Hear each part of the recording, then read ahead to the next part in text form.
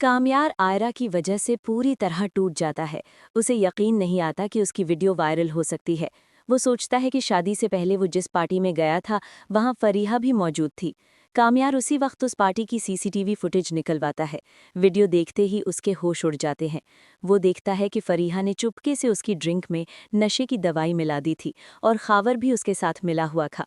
कामयार समझ जाता है कि उसकी शादी टूटने के पीछे फरीहा का ही हाथ है और उसी ने ये गंदी वीडियो वायरल की। कामयार उसी वक्त सबूत लेकर अपनी गाड़ी में आयरा के घर पहुंचता है। वो आयरा को समझाने की कोशिश करता है।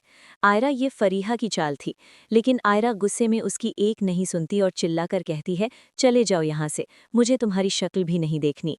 कामयार मायूस होकर वहां से अपनी गाड़ी में बैठकर निकल जाता है।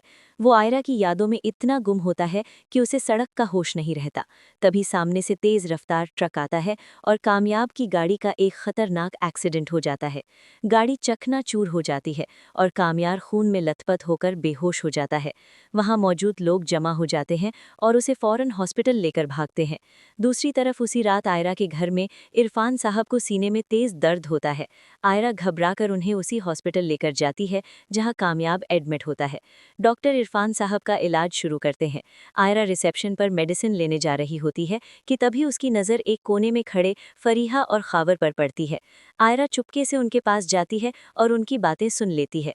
फरीहा खावर से घबराकर कह रही होती है, अगर कामयार को कुछ हो गया तो हमारा प्लान खराब हो जाएगा, पुलिस हम तक पहुंच जाएगी। खावर कहता है, चिंता मत करो, आयरा को कुछ पता नहीं चलेगा। ये सुनते ही आयरा के पैरों तले जमीन खिसक जाती है। वो आगे बढ़ती है और चिल्लाती है, तुम्हारी हकीकत मुझे पता चल गई है, तुम दोनों ने मिलकर कामयार को फंसाया था। आयरा पूछती है, कामयार कहाँ है? लेकिन तभी कामयार की अम्मी नफीसा वहां आ जाती हैं।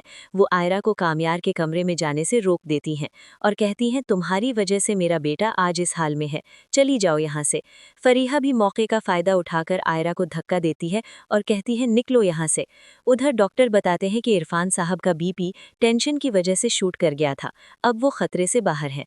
आयरा अपने अब्बू को लेकर जाने ही वाली होती है कि तभी एक नर्स भागी हुई आती है और कहती है, पेशेंट को होश आ गया है और वो बार बार आयरा का नाम ले रहा है। डॉक्टर आयरा को अंदर बुलाते हैं। आयरा रोते हुए कामयार के पास जाती है। कामयाब अपनी जेब से टूटा हुआ मोबाइल निकालता है और आयरा को वो सीसीटीवी वीडियो दिखाता है जिसमें फरीहा नशा मिला रही थी। वीडियो देखते ही आयरा के होश उड़ जाते हैं। वो फूट फूट कर रोने लगती है और कामयार के गले लग जाती है। वो कहती है, मुझे माफ़ कर दो, मैंने तुम पर शक किया।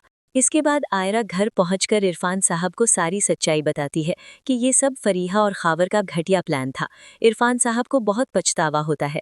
वो उसी वक्त कामयार को कॉल करते हैं और कहते हैं, बेटा मुझे माफ़ कर दो, तुम अपनी फैमिली के साथ आने वाले संडे को बारात लेकर आ जाओ, मैं तुम्हारा और आयरा का निकाह करवाऊंगा। कामयाब ठीक होकर सबसे पहले पुलिस स्टेशन जाता है। वो फरीहा और खावर के खिलाफ सारे सबूत और सीसीटीवी फुटेज पुलिस को देता है।